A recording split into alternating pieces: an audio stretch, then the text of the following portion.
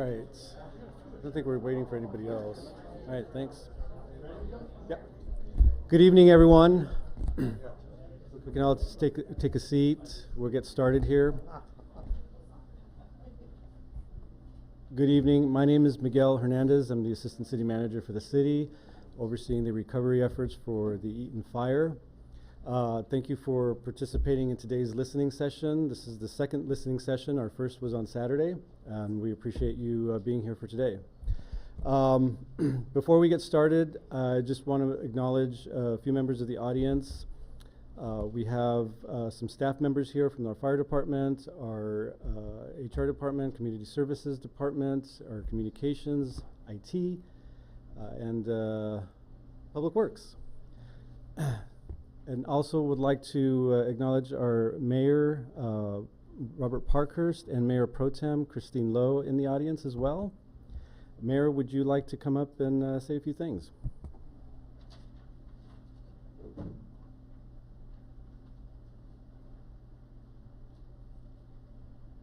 Good evening, everyone. I want to thank everyone for coming tonight.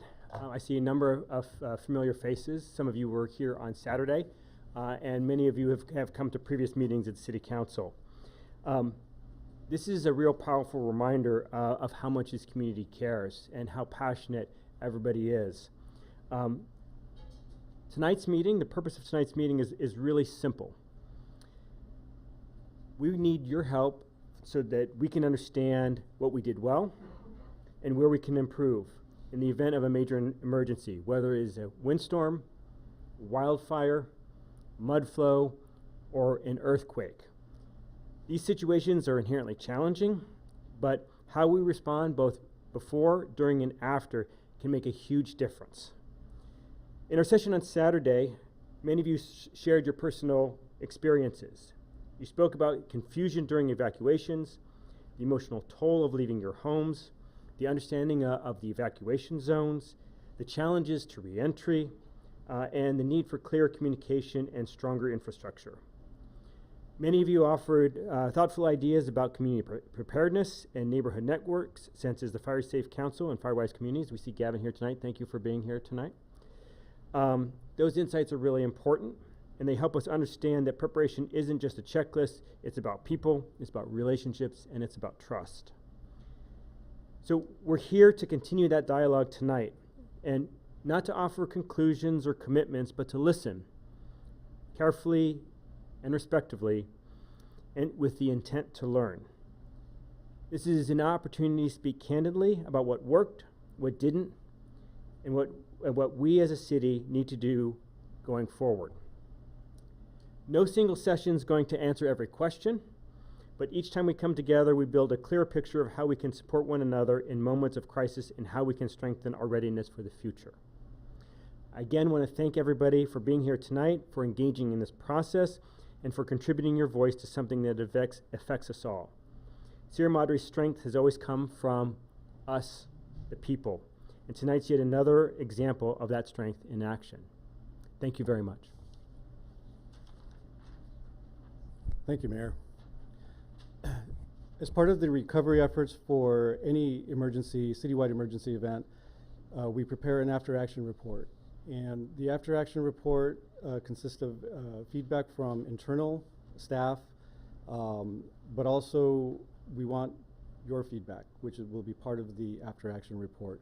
And we have our consultants, KJ Consultants here, who will be facilitating the community feedback for the after-action report, and I'll turn it over to Kurt Johnson. Thank you. Good evening, everybody. Thank you for being here. Your attention, as the mayor has already mentioned, is imperative to us having an opportunity to learn from this and to hopefully not repeat it again in the future. So with that, we have some basic rules of engagement, and we'll talk a little bit about what the process is going to entail.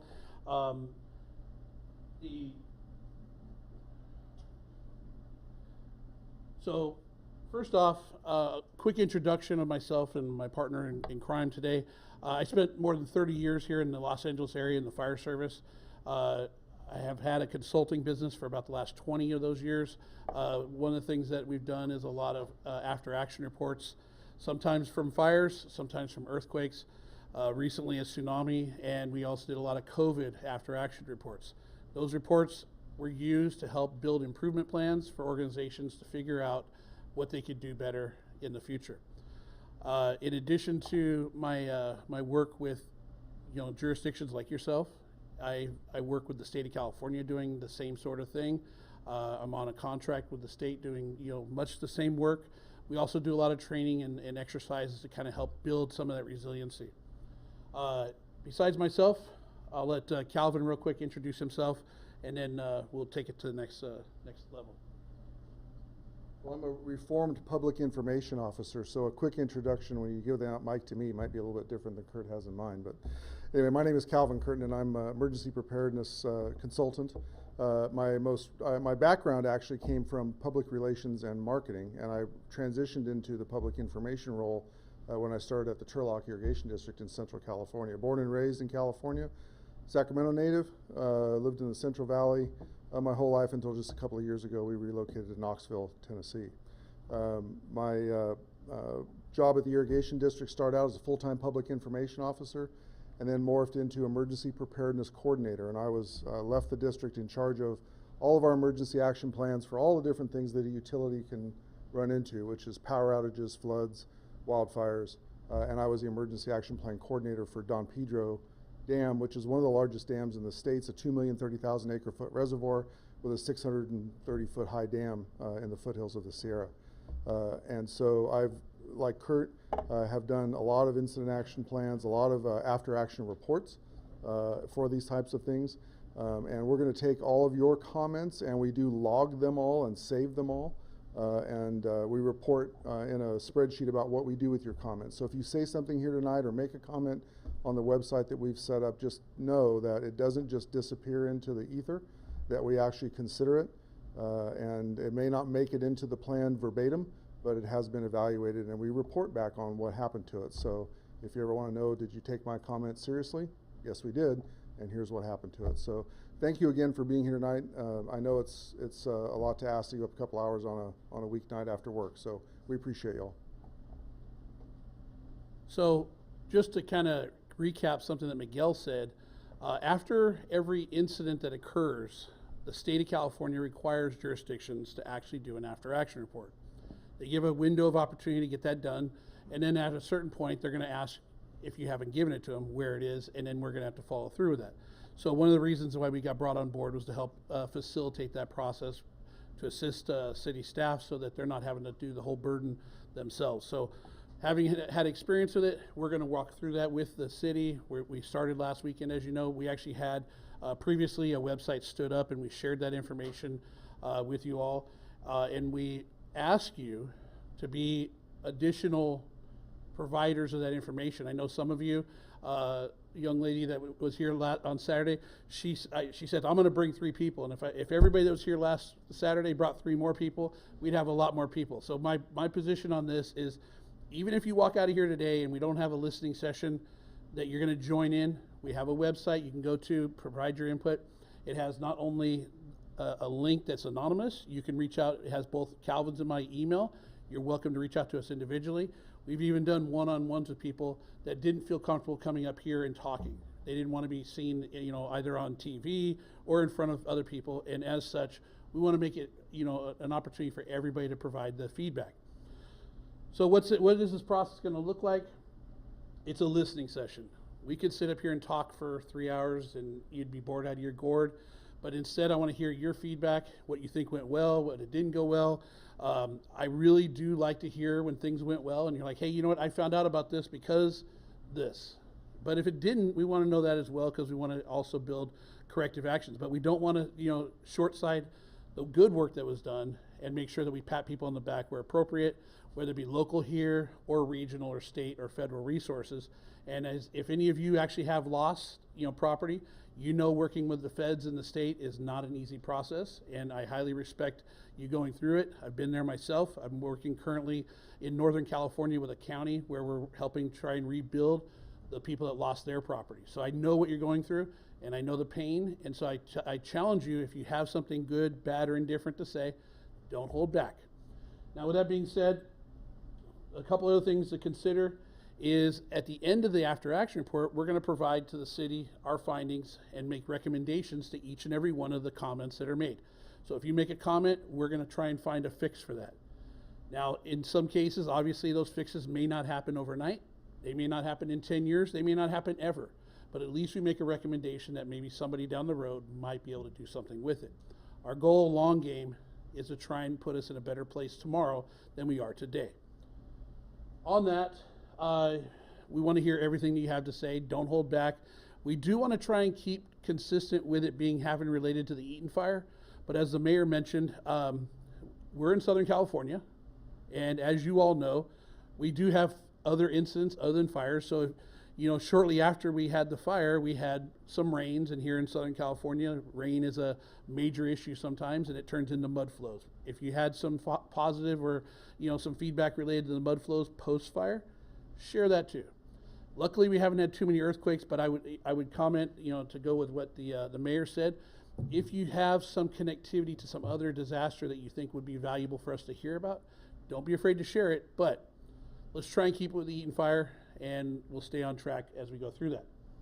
On that note, I will say we have a QR code and a handout to get you to the website if you can't find it. But for all that being said, we tried to make it very simple, and it's SierraMadreListens.org.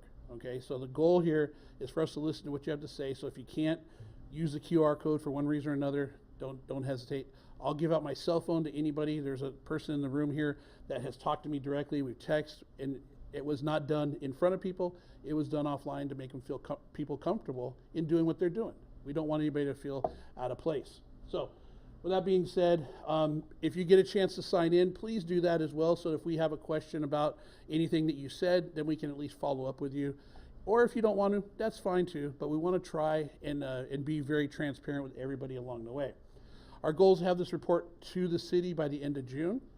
And your participation in this process does definitely play a role. The report will be given to the city, and then from there, they will do as they see fit with that product. This is a QR code, so not that I'm trying to push anybody, but if you pull your phone out, you hit the camera button, it'll give you an opportunity to take a picture of it, or it'll take you to the hyperlink, so that if for some reason you decide that you don't want to come up here, you can't tell me that you didn't have an opportunity to provide feedback. Now, we do have a couple of rules of engagement. We had a much smaller group on Saturday, and as such, we want to make sure we give everybody an opportunity. And so what we're going to do, and this is a conversation we had with city staff to try and manage the time appropriately, we're going to start with a 3-minute window for everybody. If you need to go more than 3 minutes, then we'll probably let everybody go through once, and then we'll figure out how to get you back up here again. If you're close, and you're like 3 minutes and 30 seconds, we're not going to grab you and pull you off stage. That's just not fair. But hopefully it'll help us keep on track and give everybody an opportunity in here to talk. And if we stick to a 3-minute window, I think in the next 90 minutes we can get most people that are in this room up here if you wanted to talk. So with that being said, the QR code is up here right now. Anybody need it up there? If not, we're going to take it down and we're going to add the time clock. And bear with me, we are recording this through the city, but we're also voice recording it because we found that last Saturday we had some conversations that went on, and some people didn't get heard. So we want to make sure everybody gets heard. So this recording that we're doing with the iPhone is actually getting everybody, believe it or not. And we did a pretty good job with that last week or over the weekend. But if you have questions or comments to say to somebody that's up here, we're going to ask you to come up here. I know on Saturday we kind of allowed a little bit of, flexibility in you staying in your seat and talking, and we got you. But today I want to ask that everybody comes up just so we can get you, squared away on that. So with that being said, does anybody, you want to be first? Come on up. I feel like Bob Barker. Come on down. I would have been here on Saturday, but SBA took way too long to have me sign the paperwork. That's for your other consultant. And I have one more. Who would that go to? I arranged this in terms of the good, the bad, and the ugly. I found, and the first summary at the top of it is just what my evacuation was like, but that's not what this is really all about. We need to talk about what the city did well, what the city did not so well, and what they did a terrible job on.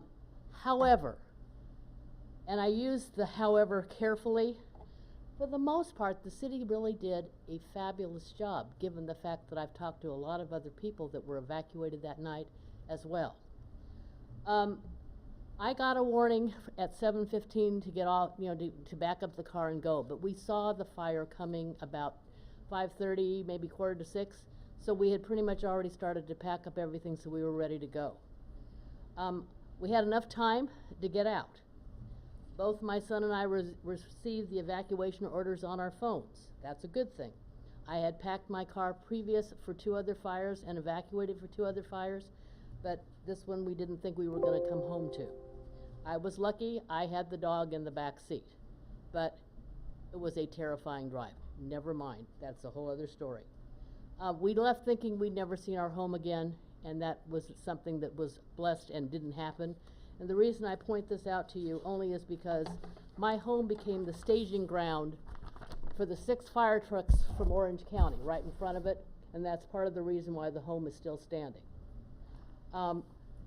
However, we had to return to my home to get some more clothes because we ended up having to go to a birthday party, which we didn't plan on. And having said that, when we went back on Saturday after evacuating on Tuesday night, there was a person from the National Guard, 2 of them actually, and then the police. And we were checked in and talked about, showed our IDs, had to sign documents, but they were making sure the looters didn't come, and that was beyond fabulous. I thought the rec center being set up the way it was, if you had to get water or food or whatever, was beyond reproach. It was wonderful. I'm lucky I didn't feel like I could take food because I had an operating kitchen, although I didn't have an operating house at the time, but that's beside the point. My insurance company was also fabulous up until we found the knob and tube wiring that was underneath the insulation in the attic. And once that happened, they told me that had they known I had knob and tube in the attic, they never would have insured the house. I said, had I known, I would have done something when I first moved in, but nobody ever said a word, and there were 3 electricians that have worked up there over the last 20 years. Nobody said a word. Now, moving on, I got to go to FEMA, I got to go to SBA, I filled out every form known to mankind, and the good news is I got a grant from SBA to get the attic taken care of, because it's going to be anywhere from $50,000 to $85,000 to get that attic under control. The electrician started this morning, and my beautiful living room and dining room and entryway already have so many holes in it, it's going to make me sick to my stomach. But they can repair that, we can have it painted, and we move on from that, and so that's the end of that nonsense. My other reason for coming, and there's a terrible piece of wood over there, is part of this whole situation. As well as I may be a little bit disoriented, the animal life up in the hills is also disoriented. And in the packet that I gave to the 2 consultants, there's also a picture of the bear that moved in to stay under my home for 2 days. And I'm sorry, folks, they're wild animals, and the damage that thing has done, you just wouldn't believe. Having said that, that's a whole other story. Those are sort of like most of the good things. The bad things I did in red so that they can't miss them on this report, and you can see one page has a whole lot of red on it. But I was quite detailed, so I didn't forget anything. I also had some thoughts about trying to pull back neighborhood watch, which we have never had over the 20 years that I've lived on Lima, and we need to pull that back, because if nothing else, we'll know our neighbors, we'll know if somebody can't walk, we'll know if somebody needs help, we'll know where somebody lives, and we need to do that just for ourselves. And on top of that, I'm glad to know the Fire Safety Committee is coming back together again, because we need to do that as well.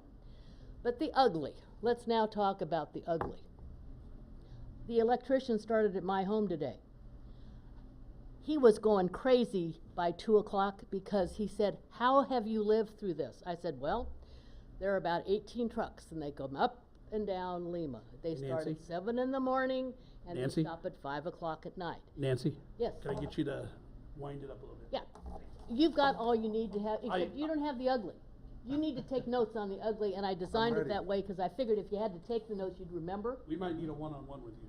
That's perfect. But the trucks, and I know they have to do what they have to do, but, you know, I've been at this now for almost 3 months, and I'm going crazy because you can't stand the noise, and yet you have to. Having said that, they're doing a good job. But why was Lima picked? Of all streets, it's a little residential street. I mean, Auburn goes to the same places. I mean, we could have spread the wealth. I know, I talked to Jose, he tells me the street's gonna be repaired in about a year or so. And I reminded him we need sidewalks up there too, but that's beside the point. Anyway, I will cut it short. We're done. Stick You've around. got- Yeah, no, you don't need me, you don't need me. I got your contact information. You got all my contact information, you've got everything about me, you've got pictures that go along with everything else, okay? Perfect. Cool. Thank you. Thank you, very Nancy. much. I would have been here Saturday, like I said, I'm Thank sorry I you. wasn't. No, you're fine. Thank you very much. Would you like to come up? Maybe follow up on one of the things that Nancy said. I just want to stick to one little thing because it's the one thing that's been keeping me awake at night of all the things that we've had going, because we have the trucks and the mud and everything. But on the night of the fire, and I don't have a solution to this, although her neighborhood watch might be that. And I know that's kind of already implicit. But what I found was the elderly and the disabled, and those are the ones, and I don't know how we can mark these people, because I'm one of them. You know, when you're on Medicare, but there are levels, and so we have one that lives right next to us, and the first thing we did before we got home was bang on his door. He had no clue what was going on. And us and the neighbor on the other side helped this person get out, and the house burned to the ground, but everything was fine. But then on my way down later in the night, I ran into another one of my elderly neighbors. And like my mom, in a situation like this person was, I want to use the word frozen. And I'm like, we've got to leave now. We've got to get out. This is really dangerous. We need to go. But where do I go? But where will I go? This person just couldn't, process it. And apparently this person didn't have a next door neighbor or one close enough that really had their finger on his button to check to make sure this person was going to be okay. As I stood there talking to this person, the police were there because now we really needed to go. This is 10:15. The fire was right there. And the police came and they kind of saw I was trying to help and they left. I was like, oh. But I don't know how we do this. I don't know how you can maybe have family members be able to register with the city, hey, I've got a disabled person or I've got an elderly person that I wouldn't mind if you checked on in a situation like this, because there was all kinds of chaos going on and lots of different things, but that person is what stuck in my mind. I'm like, do you need some medication? Yeah, I got meds, you know, but this person, and I know my mom does this, is just, it gets overwhelming. You just almost freeze. So I'd love to see something in place where we can, you know, secretly, you know, you could put my name on the list, say that lady's pretty old, but find out, just double check on those kind of people that might get confused and just almost not be able to help or have no one to help them. Some sort of registry. Yeah, yeah, because this person, we did leave, but then didn't take the meds, so I mean, it just was overwhelming. So, that's it. Thank you.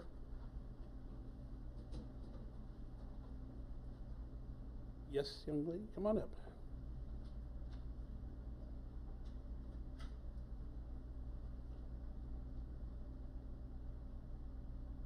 Kurt, is there any way to have folks state their name, or if they want to? If you that- could, that way I can yeah, match if you your could, yeah, if you comments? could, as you come up, you just say Unless your you, name. unless you really don't want to. Unless you that's don't it. want to be on the. I'm sorry, Cheryl Murphy, and I live at the top of Auburn. Terrell Murphy. Thank you, Terrell.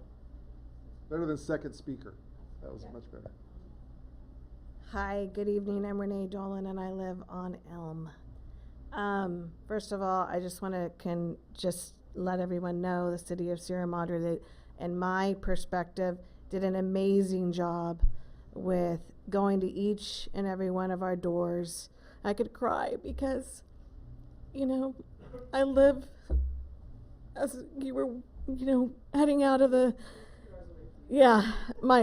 leaving, and my house, I didn't think I was coming back, but and I've only been here for 2 years, so you guys did an amazing job. Thank you so much. I don't know why I'm getting emotional, but we need to have a neighborhood watch, okay? So we need every single street, and I know some of us are really private and we don't want to know who each other's people are, but we do need to help out people who are alone, who need help.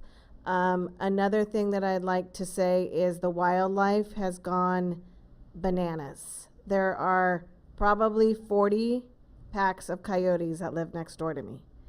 The house did burn down to the ground, and it is very scary. And if we could do something, that would be great. My dogs are going crazy. I mean, I feel bad that there's nowhere for them to go now, but we do need to do something about that. God bless the person who lives behind me, but she has a huge lot, and I get afraid now with all of the trees and my house too, you know. I mean, I don't know what we're doing about making sure that everybody's properties are, you know, cleaned up, and you know, thank God, again, my house didn't burn down because I am protected by succulents. That's another thing that saved my house too, besides these wonderful people here. That's all I have to say, but I do think that we need to band together. I think that the city did a great job, even with the floods, came to every person's door. I mean, I'm in real estate, so considering what, and all my clients went through in Altadena, I mean, we are so lucky to live here. Thank you.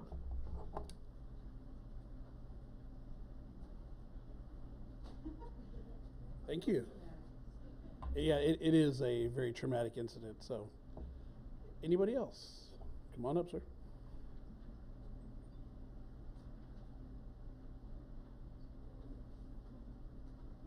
Hi, my name's Kevin Moore. I live on Mountain Trail near Highland. On the night of the fire, I was down in Kirsting Court around 6 p.m. I saw no fire, heard nobody say anything about a fire, walked back up to my apartment, and sat down and looked at my computer and watched the fire of the Pacific Palisades fire on the news. And 7:30, my neighbors all start yelling, "Are you going to evacuate? Are you going to evacuate?" And I get up, I walk outside the door, and I look, and they point up at the hills, and they're all completely engulfed in flames, and 60-foot tall flames. And so I'm like, what the hell? You know, it snuck up on me while I'm watching it on the TV. You know, so I got no idea that there was a fire at all. And I don't own a cell phone, or I didn't own a cell phone at the time. So it looks to me like they were heavily relying on messages through cell phones in order to tell everybody what was going on. I saw later, after I finally found out about the fire, I saw later police cars driving around saying evacuate, but that was much later. So, and I know that there's a lot of people that still are not tech savvy. I'm trying to get back into the 21st century. I bought a cell phone, but the problem is we rely on technology so much that we forget that if people don't have that technology, they're not going to get notified. And they may suffer for it. Anyway, that's all I have to say. Thank you.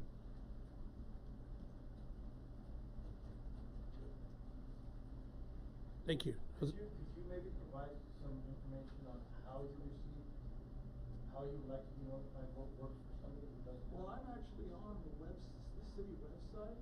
I actually had signed up for notifications there from my phone, landline, but never took a call. So reverse 911 or the city's website? To the city's website, so I never got any notice. Okay, thank you.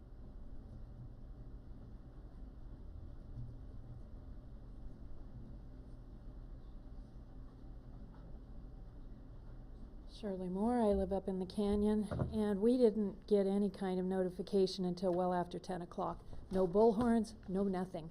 And I was laying in bed reading when my neighbor Derek came to my porch, knocked on the door and said, "Are you packing?" And I'm like, "Packing?" No clue. And this was around 9 o'clock, right, Derek?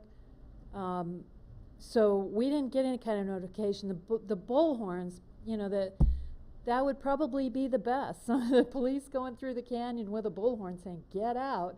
You can't ignore that. And I have a cell phone, but I don't pay any attention to it. So my mistake, apparently. So we ended up sleeping in his apartment parking lot the first night, watching the flames and keening. I was very upset. I thought I was going to lose my house. And we had no real, there was something on the cell phone you could go to, but weren't really getting any updates on that.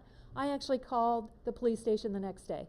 And the dispatcher, I said, "Where do we go to get updates?" "Well, you don't call here." That was her response to me. So, that is not a community response. And as far as having neighborhood watch, we don't have an official neighborhood watch up in the canyon, but we all live on top of each other. We all know who everybody is. And we know who to call and get people out, like my neighbor came over and got me. So you just need to go knock on your neighbor's doors and introduce yourselves. We are going to have a fire safe council in the canyon. So, I don't know if we need to connect with the other fire safe council just so we know that we are going to be our separate chapter. So we can talk about the different things that we can do to prepare. As far as the wildlife goes, folks, you guys live in an urban wildlife. So this is a traumatic for them as well as for us. We have to just figure out how to live harmoniously with them. The Fish and Wildlife aren't going to come and round up all the coyotes and the bears and get rid of them for us. That's just not going to happen. They live here. So we need to figure it out. They need to get their balance like we need to get ours. Okay, the rec center, that was fabulous. And I guess that's all I have to say. I do want to share LA Fire Justice. Doug Boxer, Barbara Boxer's son, is the main attorney for this group, and they have filed a lawsuit against Edison, and they're going to win. Anybody who wants to join this lawsuit, get with them and get on the lawsuit. They have also given me Rebuild LA, which is from Habitat, actually Habitat Works, Habitat LA. They're doing air remediation in your homes for free. And, my neighbor paid, or his insurance paid, a big chunk of money for that. I can't pay that, so I'm going to reach out to them and ask them to come and do a quick thing at my house. So there are resources, and LA Fire Justice is going after Edison for anything your insurance company is not covering. So if you have other expenses, please contact them. I'm going to leave a few of these in the back if anybody wants them. Thank you. Thank you. Yes.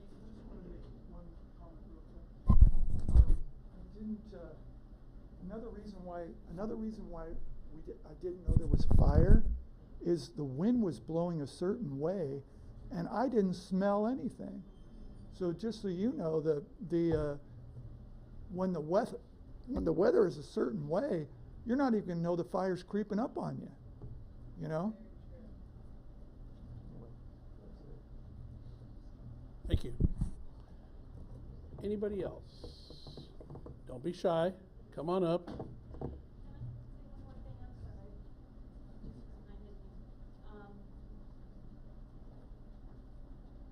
We have a neighbor who is a member of Altadena Search and Rescue. And we were all standing in the street the day after or 2 days after the fire. And he said that the fire department had written off the canyon as a total loss, and that's why we didn't see any fire department support within the first 24 hours in the canyon. You guys up on Auburn, you had support, we didn't. And our fire department is perhaps pretty thinly spread out as the police were. So we're getting the impression that the canyon, which was in the greatest danger, was kind of just written off. We didn't see fire trucks until 48 hours. after that fire started.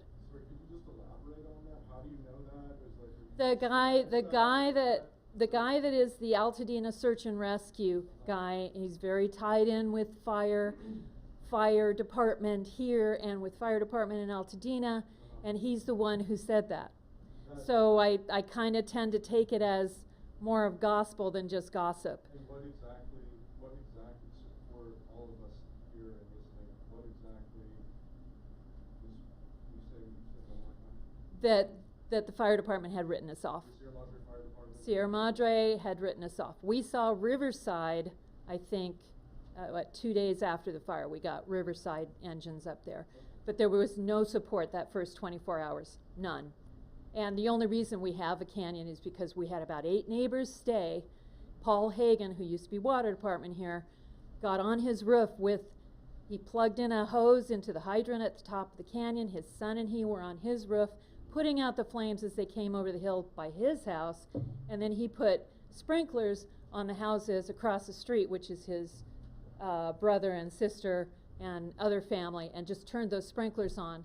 If he hadn't done those things, that fire would have come right on down the canyon. We lost nature friends, but we had about 4 people, Derek included, who were up there putting out embers, and there was no sign of fire. We had a fire truck down at the end of the street, and they were all sleeping.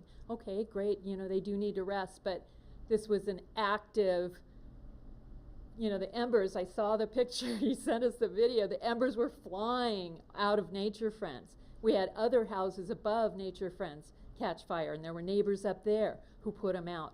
So if we hadn't had a presence of about 8, 9 people, stayed in the canyon, put it out, we would have lost the whole canyon with the way the winds were blowing. So,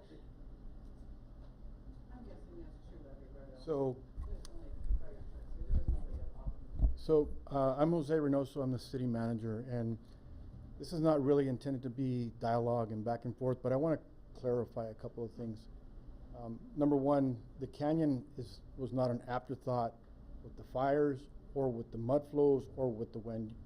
You guys were always, especially after the fires and we were dealing with the potential for mud flow, we put a lot of resources in there to put K-rails in and to protect the canyon.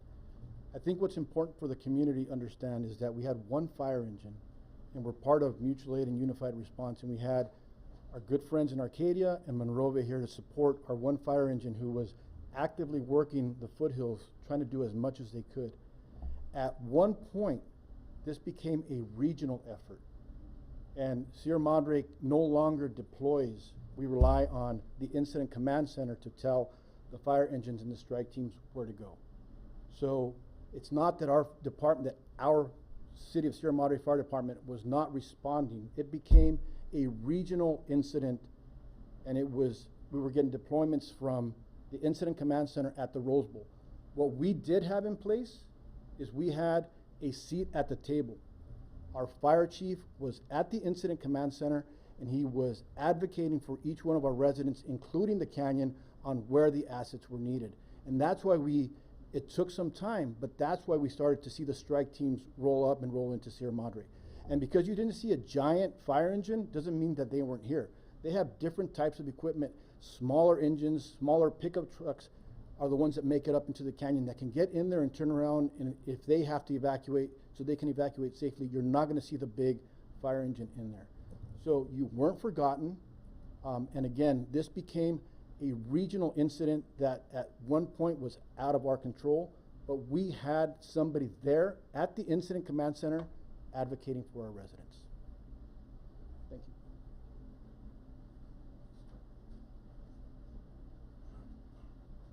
Before the timer starts, I'd like to say that my name is Mira Swellfree.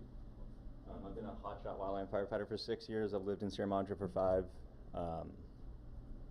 With that being said, I'm here with my neighbors. We live on Mount Wilson Trail, and I'm going to read something my neighbor wrote who wasn't able to show up today. So, as a resident of Sierra Madre, I experienced firsthand the inadequate response to wildfire, which resulted in considerable damage to houses on my street and neighboring streets. Despite being made aware of the wildfire risk, it seems that key measures to mitigate its effects and protect the public were either delayed or absent. The insufficient communication with residents and slow deployment of emergency response teams have raised serious questions about the competency and commitment of the city to ensuring the safety of its residents. Specifically, I would like to address the following points of concern. 1, inadequate emergency services response. There was a lack of coordination between local authorities, emergency responders, and firefighting teams. Several areas were left inadequately defended, and it seemed that resources were either misallocated or insufficient in comparison to the scale of the fire. It was clear, especially for those in the canyon areas and on Mount Wilson Trail, that the neighborhood was in charge of defending itself from the fires. On the morning of Wednesday, January the 8th, there were police cars blocking many of the roads in Sierra Madre. There were more police cars blocking roads, it seemed, than firemen fighting fires. Additionally, while houses on Mount Wilson Trail were actively burning, firemen rested in the grass at Turtle Park. This was, to be sure, a much-needed rest, but there must have been something that could have been done on foot. 2, poor communication and public information. There was a notable lack of consistent and clear communication from city officials during the fire. Many of us received conflicting information about the status of the fire on our street. Some residents were told that they could not enter the area, while others were encouraged to fight the fires in order to save their save their properties. On the morning of Wednesday, January the 8th, residents of Mount Wilson Trail were told that regular fire trucks could not navigate the narrow road. By Wednesday afternoon, fire trucks from neighboring towns had no trouble reaching the top of the road. 3, lack of preparedness and mitigation plans. Given the increasing frequency and intensity of the wildfires in our region, it is troubling to note that the apparent lack of adequate wildfire preparedness and mitigation measures, such as smaller fire trucks equipped to navigate narrow canyon and mountain roads, and defensible space protocols on the mountainside closest to the homes. 4, treatment of residents by Sierra Madre Police and fire departments. The Sierra Madre Fire Department is committed to protecting life, property, and our environment through compassionate service, and counts respect and integrity among its core values. While I fully recognize the challenges faced by emergency responders during such critical events, I find it necessary to bring attention to the inappropriate and unprofessional behavior exhibited by fire engineer Marcus Dusan towards civilians, including myself and others who were seeking information and guidance during the crisis. I witnessed and experienced firsthand instances of poor treatment that I believe to be unbecoming of an individual in position of such responsibility. Specifically, Dusan's actions during the Eden fire on the morning of Wednesday, January 8th demonstrated disregard for public concerns as outlined below. 1, dismissive attitude towards civilians. He was approached by myself and other residents on the street, yet blocked off, seeking essential information regarding fire containment efforts and requesting a welfare check on my family member in one of the houses. Rather than offering assistance or responding in a professional and empathetic manner, his responses were dismissive and condescending, causing unnecessary distress among residents already in a state of fear and uncertainty. I hear you. 2, failure to address public concerns. When residents attempted to ask for updates on the status of firefighting efforts or inquire about safety protocols, he either ignored the questions or responded in a manner that was rude, unhelpful, and even hostile. The residents were left without reassurance due to his lack of communication and professionalism. 3, inappropriate verbal interactions. On the morning of January the 8th, my husband, neighbor, and myself became engaged in a heated exchange with Dusan as we were seeking information about the status of our homes. Instead of compassion and respect, he indicated that as residents of this particular area, we made a choice to live in harm's way and that he wasn't going to risk the safety of his team to save our homes. He was asked if he could radio the team at the top of the hill to ascertain whether or not the house was on fire, to which he responded, "I'm not going to radio them to ask your stupid questions." I worried that a hill directly across from my house, which I could see but was not allowed to access, was smoldering and growing increasingly smokier. When I brought this to attention, he did not respond. As I started to walk towards my house, he radioed the police, and when they arrived, he told them that they were harassing him and asking dumb questions. This made the situation even more stressful for those involved. This behavior undermines public trust in emergency services and creates an atmosphere of fear rather than cooperation. As a resident of this city, I believe that individuals in positions of authority, especially those leading emergency response efforts, should act with professionalism, patience, and respect towards all members of the community. It is not only a matter of effective disaster management, but also upholding the dignity and trust of the citizens who rely on the services of their safety. I recognize that it is hard to do one's job effectively when civilians are asking questions, but the situation could have easily been diffused by respectful dialogue rather than hostility and condescension. I'd like to finish it up that, again, I am a wildland firefighter, and I was threatened to be detained for putting homes out. Appreciate that. Thank you. Anyone else want to add? Yeah. I just want to note that I was threatened to be detained by the Sierra Madre Police Department because of an incident also with the same individual, and I wouldn't have a house. Neither would any of my neighbors right now. If we wouldn't have, would have nowhere to go. Anyhow,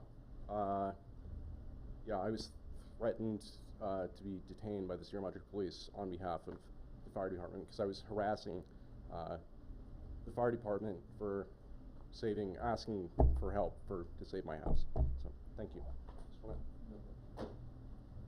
Thank you. Anyone else?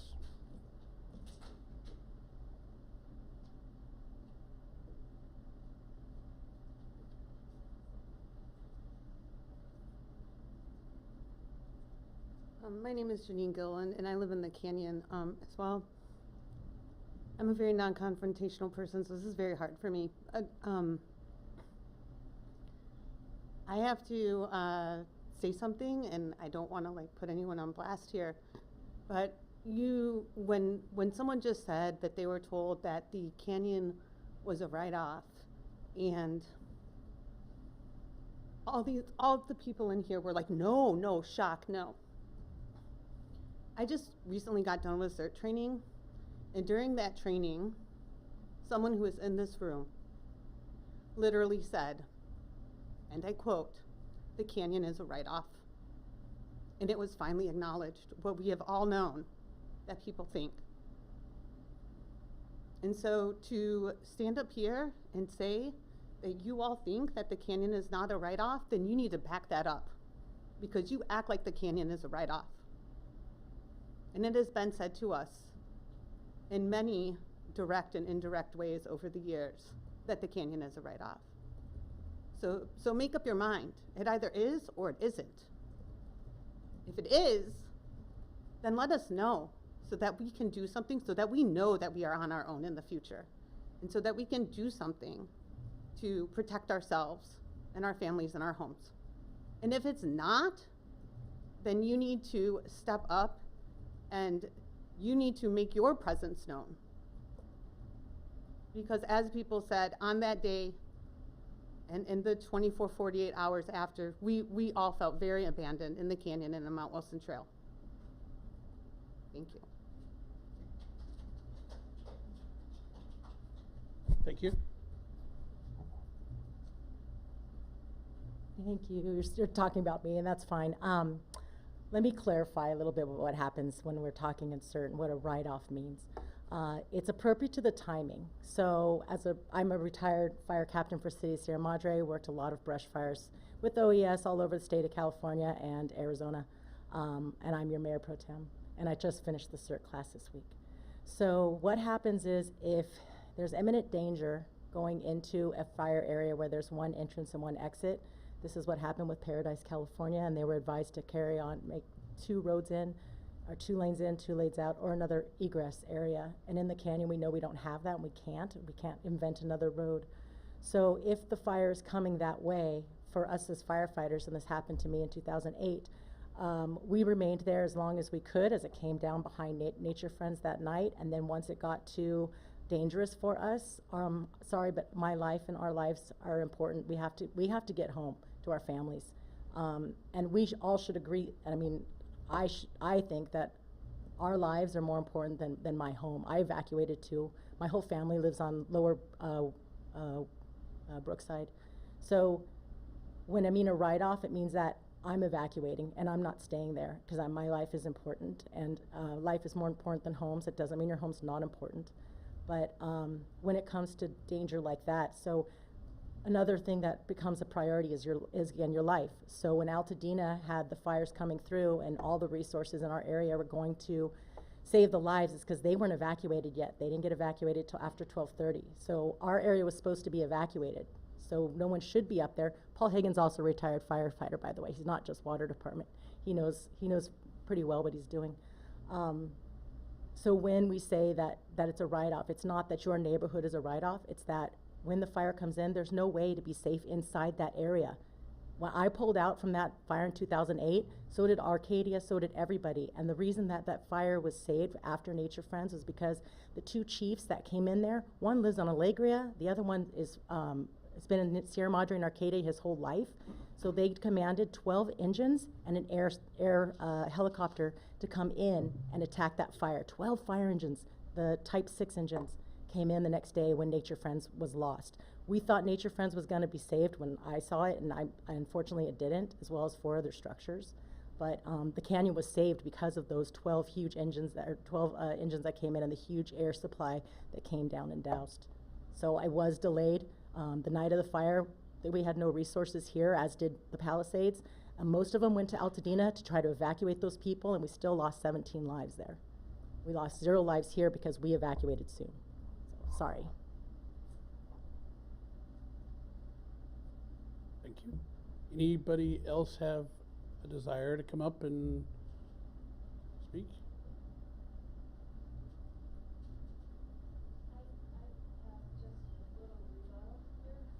Come on up. Come.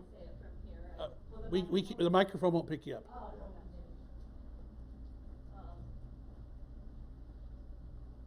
We understand that the canyon is considered a dead end, and if the fire's coming in there, you're in danger. Nobody wants the firefighters to die. Be sure of that. But the airstrikes, the drops, didn't come until, when was that? 48 hours later. We didn't get drops that first night. So we had, and those drops were called for by Jeff Moran, who's Altadena Fire or Search and Rescue. He called and asked for him. Somebody up on Alta Vista, who's a retired either water department or fire person from another place, he called because they still have their connections. We got water drops or whatever that was they were dropping on us because of them. So that's what our concern is that the response is not as aggressive as we would certainly like it to be, because nobody wanted to lose their home. And, you know, Nature Friends, we're planning on rebuilding. So, and we were lucky in the canyon. We only lost 1 other little structure. Well, yes, we lost 2 on another property, but it wasn't the main house. So my concern, I mean, I'm thrilled that we have neighbors that, and yes, Paul is retired volunteer fire department, and that's why he had a fire hose, and that's why he plugged into that hydrant up at the top of the street and was able to do what he did. But it's just, if I am convinced that if our neighbors hadn't done what they had done that first 24 hours, we would have lost the whole canyon. So, you know, no offense at all, but, and again, we don't want our firefighters in danger, but we wanted to save our canyon, we wanted to save our neighborhood, we wanted to save our homes.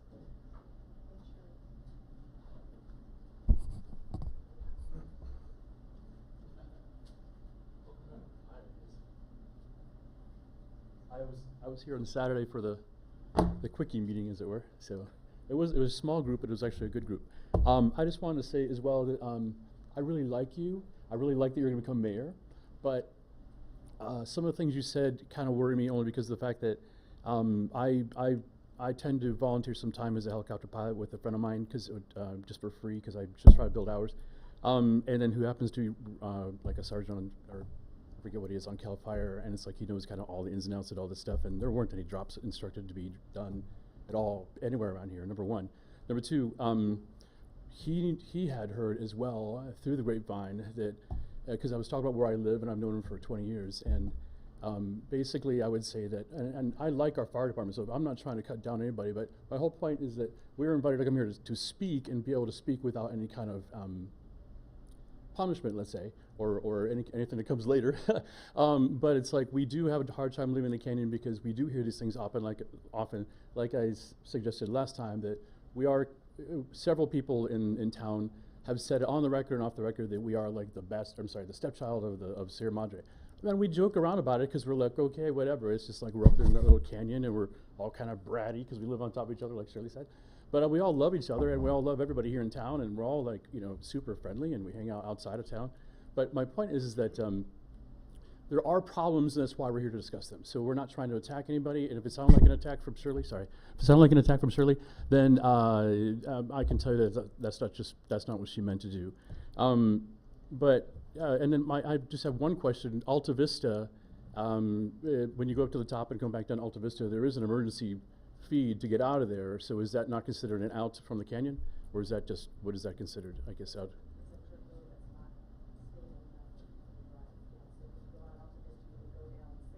Yeah.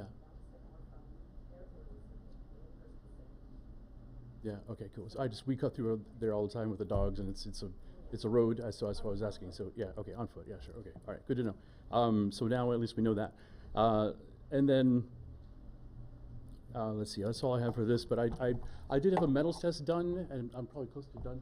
I'll just say for 50 seconds, I had a metal test done a month ago or so. It was ridiculously high. I brought it to the city council at the last city meeting.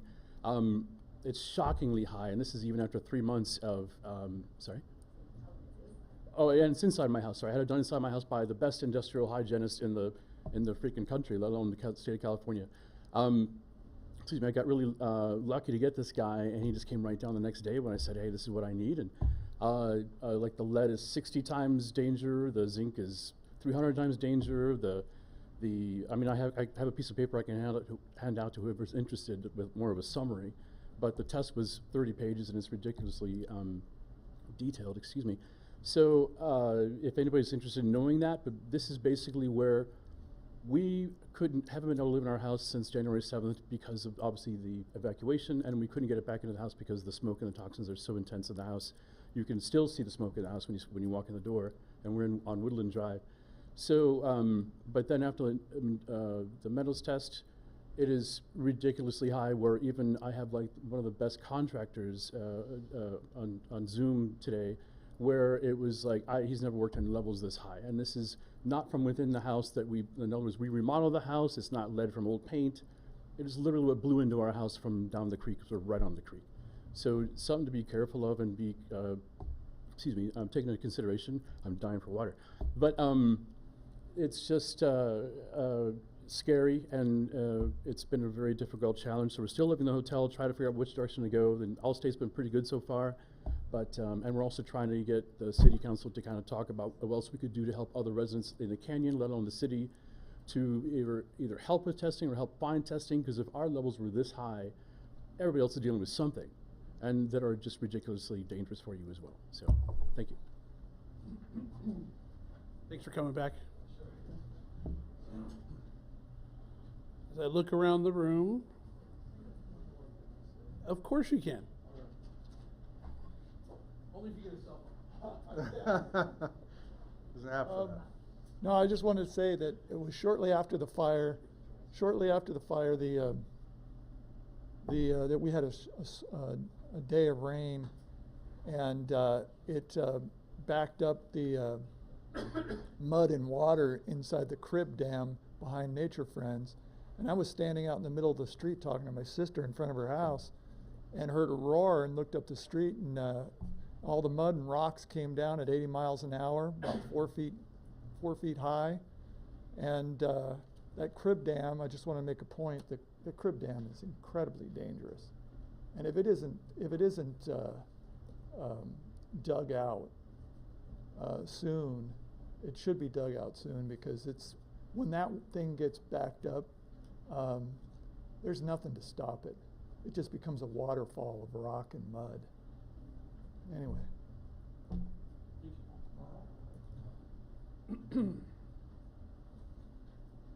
I see a few people that haven't come up. They weren't here on Saturday. Anybody have interest in coming up? All right. Going once, going twice. All right. That usually happens when you get down to the wire, someone wants to jump up. I'm Jessie McAfee. My husband and I live on Mount Wilson Trail.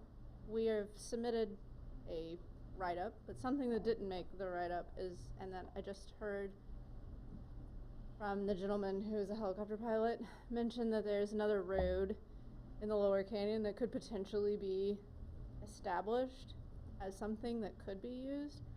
I feel like what would be great if the city would take from this is there's a significant lack of knowledge by all the amazing crews that came and joined the effort in Sierra Madre but they had a real lack of knowledge of the geography of our canyon. Can't blame them. You know, you had to live here like 2 years before you know how to get to Mary's. So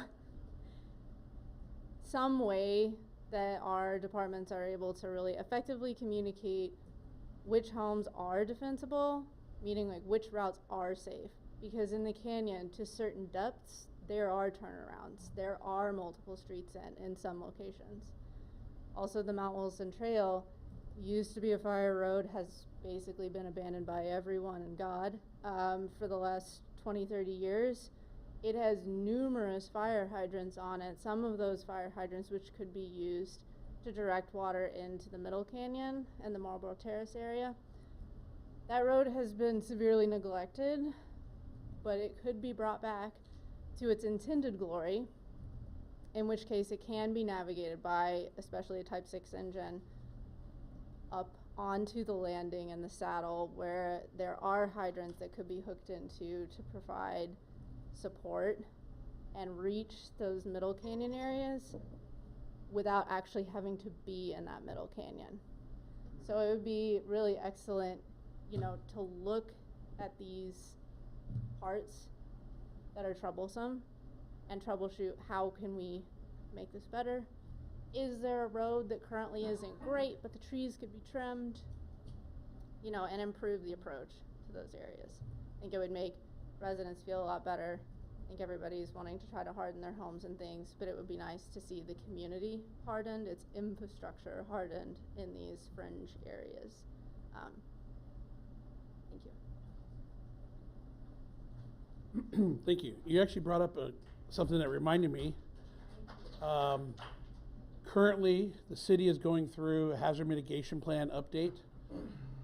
Some of the things that we're going to, you know, that we have collected from Saturday and today, obviously, are things that we may be able to contribute to that. And I will tell you, having worked with other cities, Calvin and I both do hazard mitigation planning. One of the things I'll recommend is that you participate in the process, and I'm not just talking to you, I'm talking about everybody. Participate in the process, much like this, but in that particular case, you can make, you know, recommendations for things that you might feel could be, you know, taken on. And in some cases, it has no impact on the budgets.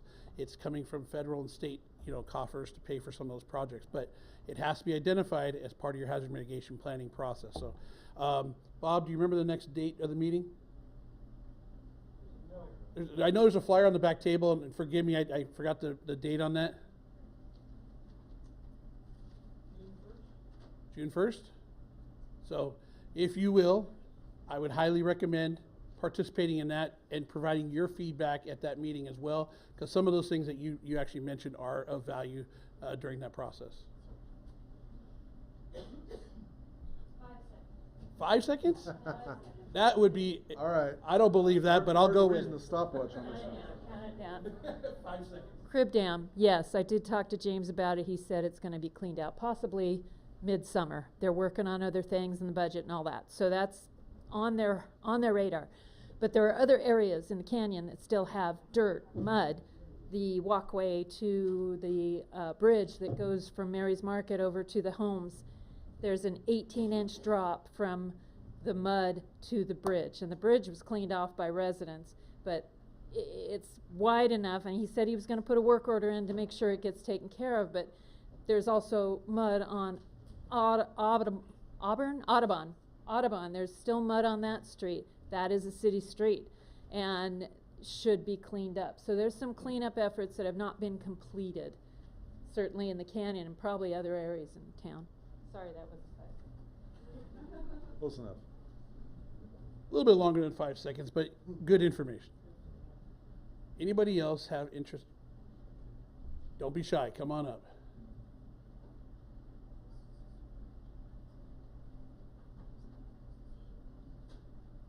Hi, I'm Richard Belikoff. I live in the canyon. I think one thing that we have to draw a distinction between the upper canyon and the lower canyon. Lower canyon is woodland and the streets that come off that.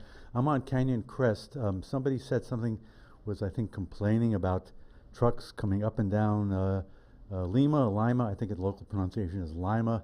This is Sierra Madre, not Peru. We have on Churchill and Canyon Crest, we've had them coming up and down the street for months, emptying the large debris basin. Oh, cockroach. Cockroach watch. Right. Okay. I grew up in New York City. I'm used to cockroaches. They're actually, my only complaint about the trucks is that they're not working enough hours. Right now they work from about 7:30 to about 3 or 3:30. The sign that doesn't allow us to park says they're working 7 days a week from 7:30. I wish they would. I complained to the LA County guys who were kind of monitoring all this. Why don't they work till 8 o'clock? It's not dark, and get the thing done. But they're not doing it. My guess is that the county doesn't want to pay the drivers overtime, but I don't know that for a fact. Is that a good guess? Thank you. All this stuff about writing off the canyon, I found out who actually put the fires out later. I was an evacuee camping out in the Pasadena Convention Center for a week, along with hundreds of people most of them from places like Altadena, not Sierra Madre, and nobody had any idea what was going on. When I got out, when it was clear for me to come home, I had to go through a check of some very nice soldiers and scary-looking tanks, and I showed them my ID and let me in. And it was only then that I found out my house was intact. So, and then I remember in the days following that, I saw fire trucks from Kern County, Riverside County, all over the place, parked on Miramonte. And some of them were cruising around the canyon, and I can only assume that they were looking for embers. I don't know what else they were doing. Okay, thank you for cooperating. But I didn't, I can't comment on the canyon being, the other thing is somebody was talking about what happened to the interior of his house. I generally keep the windows of my house closed, and so nothing got inside the house.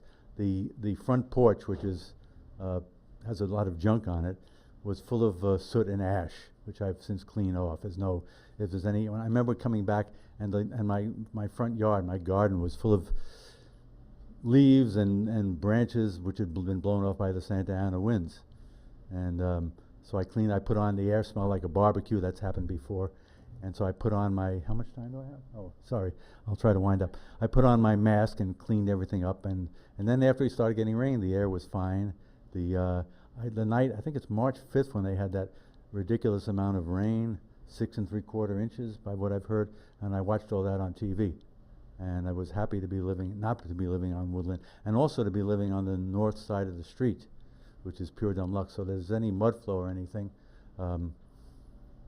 mud has never been shown to flow uphill. So that's all I have to say. I'm out of time. Thank you. Oh. I'm guessing the bug made its way across and is working its way around. So. 10 seconds. I do want to say one awesome thing. So during the mudslides, the city was amazing. It was unfortunate they let a Jeep in, and that unfortunately screwed up a bunch of houses, but that wasn't really the city's fault. But as far as everybody cleaning it up and the public works people, they were just awesome, and I was so impressed, and I just wanted to say the whole canyon. And Cal Fire people too, exactly, my friends. It was great, and that's all I wanted to say. Thank you. Just a correction on the hazard mitigation. There is no meeting on June 1st, but if you go to the city's website, there's a hyperlink to their to the hazard mitigation, and you can actually input your feedback through that. All right. I feel like an auctioneer. Going once, going twice. All right. So with that being said, I don't want anybody to feel like they can't contribute still. Just because you didn't do it here, or because maybe you didn't feel comfortable saying it in front of people and saying it, whatever your reasoning might be, don't hesitate. We'll be here for a little while, so if you want to, chat with Calvin or myself, you're welcome to. We'll take your feedback in person. If you want to get our contact information and talk to us offline, we're willing to do that too. So, with that being said, please, hang in there. We'll get you a report. We'll get the city a report. They'll then turn around and share what they're going to share with you all. And at that point, Miguel or Jose, I'll let Miguel take it from here.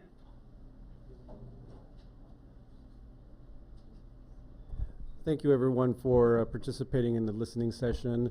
Like Kurt said, we will be here for a little while, so if you want to contribute and didn't come up here, but you still want to contribute, please feel free to come up and talk to one of us, and we'll take that information and provide it to our consultants. Thank you.